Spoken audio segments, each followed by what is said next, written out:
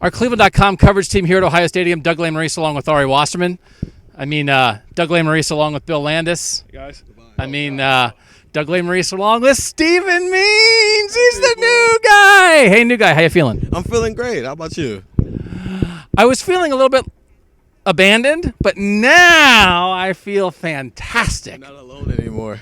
I was alone for 2 weeks, and it made me very sad inside. Steven Means is here with us. He is our new cleveland.com Ohio State beat writer. This was his first game, 36-31.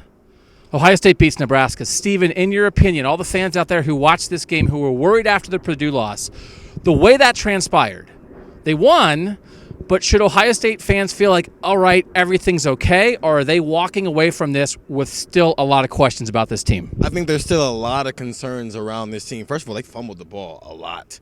Haskins threw his 6th interception of the season. This is the 2nd straight game that he's had an interception. This is a game that, if we're going to be honest here, the fact that they're a more talented team got them to win this week. Yes, you be happy about the win, but next week is actually going to be more of a competitive game, and so they need to still be on eggshells when it comes to this team.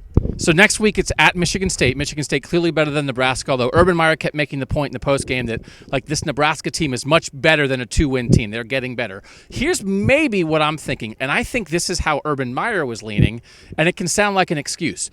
Turnovers a lot of times are unpredictable, right?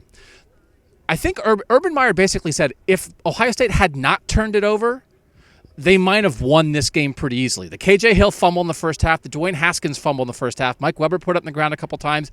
They were moving the ball offensively. They still weren't going to stop them on defense. But I think if this was 36-31, I think Urban Meyer thinks it easily could have been 50-31. So, yes, the turnovers are a concern, but is it possible, take those away, and sometimes they're random, and you're fine? Or does that sound like making excuses? I don't think it sounds like making excuses. I think it sounds like, hey, if we play a perfect game, this will happen. And yes, every team in America goes, hey, if we play a perfect game, this might happen. I think the difference is there's 2 types of turnovers. There's turnovers where they're freaks, accidents. There's some where there's miscommunications, and then there's some where you're just not holding on to the ball and not doing the basic things that you've been doing since you were playing Pop Warner. And that's what a lot of these were. Yes, the interception was probably a little bit of miscommunication, but a lot of those fumbles were you just not holding on to the ball. They lost them in chances where they were starting to build momentum, and then you fumble the ball. Whether you got it back or not, it still kills all that momentum, and it really killed a lot of their drives today. And the defense, we could talk for 20 minutes about the defense, and everybody's freaking out about the defense.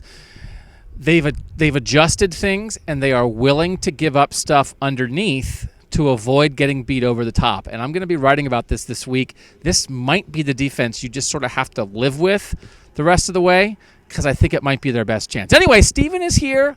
I'm here. Coverage coming leading up to Michigan State next week at cleveland.com. Thanks for watching. We'll see you soon.